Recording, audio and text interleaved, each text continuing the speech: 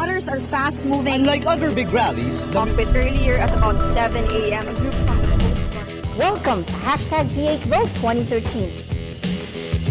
Today on Rappler, an international tribunal orders China to respond to the Philippines' case over disputed territories in the South China Sea.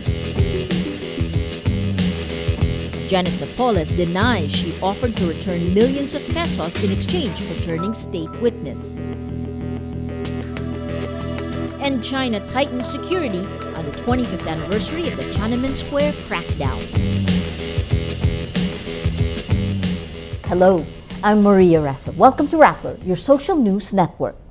An international tribunal orders China to respond to a case filed by the Philippines on its territorial claim over the West Philippine Sea or the South China Sea.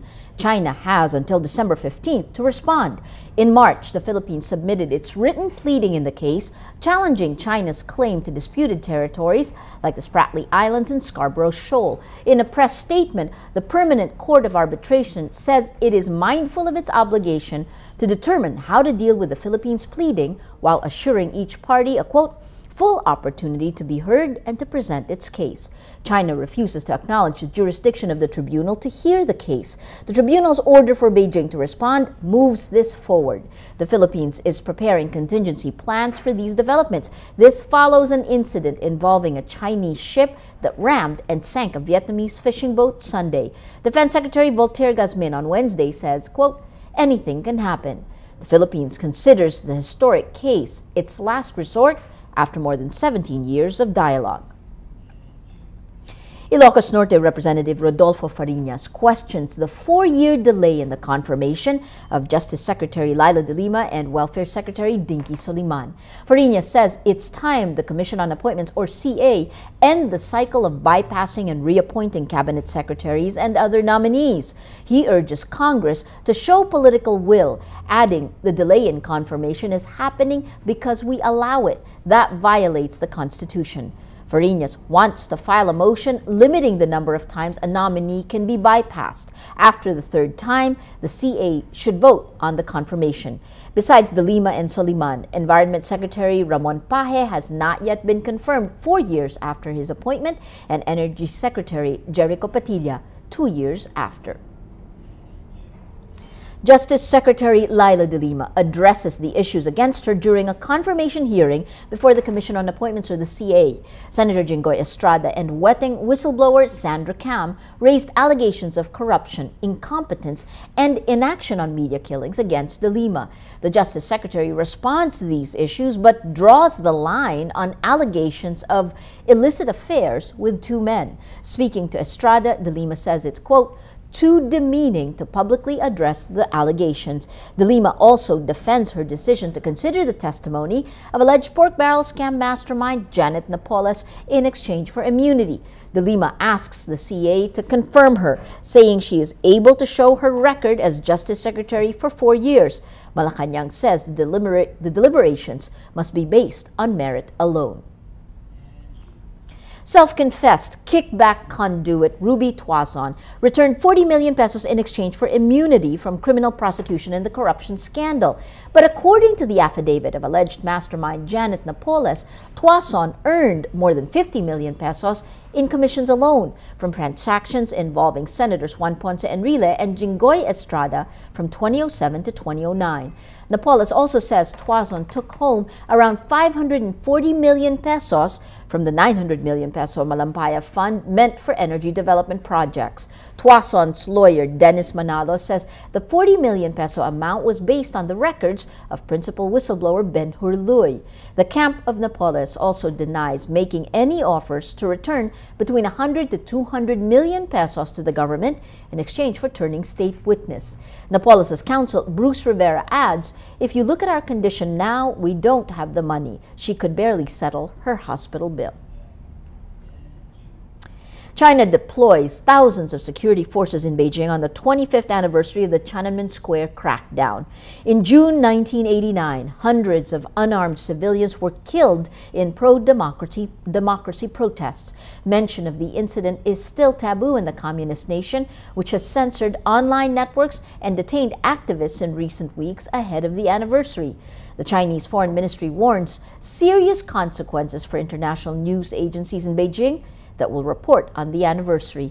On the eve of the anniversary, Washington urges Beijing to allow greater political freedoms and release those arrested. On Wednesday, Taiwanese President Ma Ying-jeou describes the incident as a, quote, enormous historical wound. He adds, I sincerely hope that the mainland authorities will seriously consider and speedily redress the wrongs to ensure that such a tragedy will never happen again. Ties between Taiwan and China have improved since Ma took office in 2008. Taiwan has been independently governed since 1950, but China still claims the island as part of its territory, awaiting reunification. For our social media post of the day, 25 years after the crackdown in Tiananmen Square, the Chinese government continues to censor accounts and deploy security forces. China wipes out any reference to the massacre of pro-democracy students on Weibo and other social media platforms. Huffington Post reports Weibo bans the words National Amnesia Day and June 4th. Even the words remember, today, tonight, square, and the numbers 25 years are blocked. China's version of Wikipedia, Baidu, does not mention the year 1989 except for being a computer virus name. Tweets also mention a 2005 episode of The Simpsons that spoofed China's attempts to censor the commemoration of the crackdown. Others say whenever the Chinese Google Tiananmen, it says page not found. Let's now look at Rappler's Wrap for today, a list of the 10 most important events around the world you shouldn't miss. At number 5, the abdication of Spain's King Juan Carlos revives anti-royalist fervor. Thousands of young Spaniards take to the streets with leftist political parties and anti-monarchist protesters demanding a vote on the survival of the institution. But Spain's Prime Minister Mariano Rajoy says he believes most Spaniards still support the monarchy. At number 7, a 12-year-old girl was stabbed 19 times by her 2 friends who are about the same age. Her attackers say they were inspired by a mythical internet creature known as Slender Man. The girl, who was lured into the woods and left there for dead, crawled to the side of the road to find rescue. She miraculously survived and the 2 girls were arrested.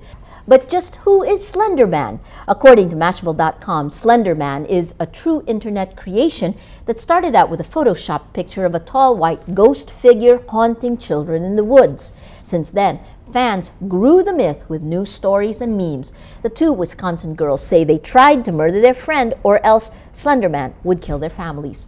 Horror story enthusiasts hit the connection between reading horror stories and murder. One horror story website owner says, most people don't watch Hannibal and turn into serial killers. And at number 10, a new study at the University of Pennsylvania shows comedy and satire can go a long way in making TV news more informative. The study says viewers were better informed after watching comedy news reports like the Colbert Report instead of regular news channels like CNN, Fox News, or MSNBC.